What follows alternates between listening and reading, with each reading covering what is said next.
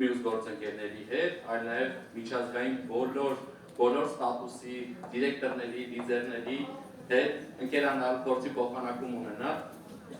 ու այժմ ուզում եմ շատ կարճ խոսամ հաջողության բանալների մասին, այն բանալների, որոնք ինքս եմ օգտագործում իմ ցանցի զարգացման մեջ, որոնք ինձ օգնում են առաջ գնալ ու որոնք հիմնականում ձևավորում են այդ հաջողակ բիզնեսի ռազմավարությունը։ Մի հատ շատ կարևոր իմ պատկերացումներով եմ ուզում կիսվեմ, հընտրեք լիդերների, մի փորձեք բոլոր նորեկների մեջ գտնել լիդերների, բոլոր նորեկներից ստանալ լիդերներ, անպայման հնդրեք լիդերների։ Օրինակ, Օլգա Զուբովան, իմ նաստավնիկը, շատերը գիտեն, մեր ցանցի նաստավնիկը, հետաքրքիր մեթոդ ուներ, որպեսզի հասկանար տվյալ մարդու հետ ում որ խոսում է, ինքը լիդեր է, թե ոչ, որտեղ լիդերի հետ երբ որ շփվում ես, ներկայացնում ես իրեն մարքեթինգ պլանը, մեր կամպանիան, բոլոր հնարավորությունները, լիդերը միանգամից ոգևորվում է, սկսում է հարցեր տալ, հետաքրքրվել, մարքեթինգ պլանով հետաքրքրվել ու շատ հեշտ է, երբ որ լիդերի հետ դու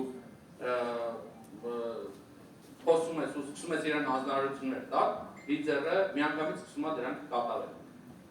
Ամենահասարակից, օրինակ, թեկուզ նոր ես գրանցվել, առաջինը կարաս քո պատվերն անես, ծանոթանաս պրոդուկտին, կայքին, լիդերը ինչ-որ պատճառներ բան չի գա, իրական լիդերը ու կատարի այդ հանձնարարությունները կամ, օրինակ, վաղը զանգի 15 հոգու, վստահ, ասում եմ, լիդերը ոչ մի արդարացում չի գտնի, ոչ մի պատճառ չի գտնի, սկսի քո հետ այդ պրոցեսը անցնել։ Հիմա շատ կարևոր կանոն լիդերների համար։ Գրանցեք օրը, ամեն օր մինիմում 2 հոգի գործընկեր ձեր ստրուկտուրային։ Երբ որ ես նոր էի սկսել ակտիվ բիզնեսը զարգացնել, ես չէի համբերում երբ առավոտը շուտ լույսը բացվելու, եւ որ ես սկսեմ իմ այն բոլոր պլանների իրագործումը, որը պլանավորել էի նախորդ օրը երեկոյան, երբ որ պարտում էի քնելու։ Իմ համար մինիմում դա 5 հոգին էր։ Ես ամեն օր գոնե 5 հոգի պետք է գրանցեի։ Մի հանձնվեք, մի վախեցեք մերժումներից։ Երբ որ ես նոր սկսում էի բիզնեսը զարգացնելը, իմ ամենաշատ ինձ մերժողները իմ ընկերներն էին, իմ հարազատներն էին, բարեկամներն էին եւ ընտանիքի անդամներն էին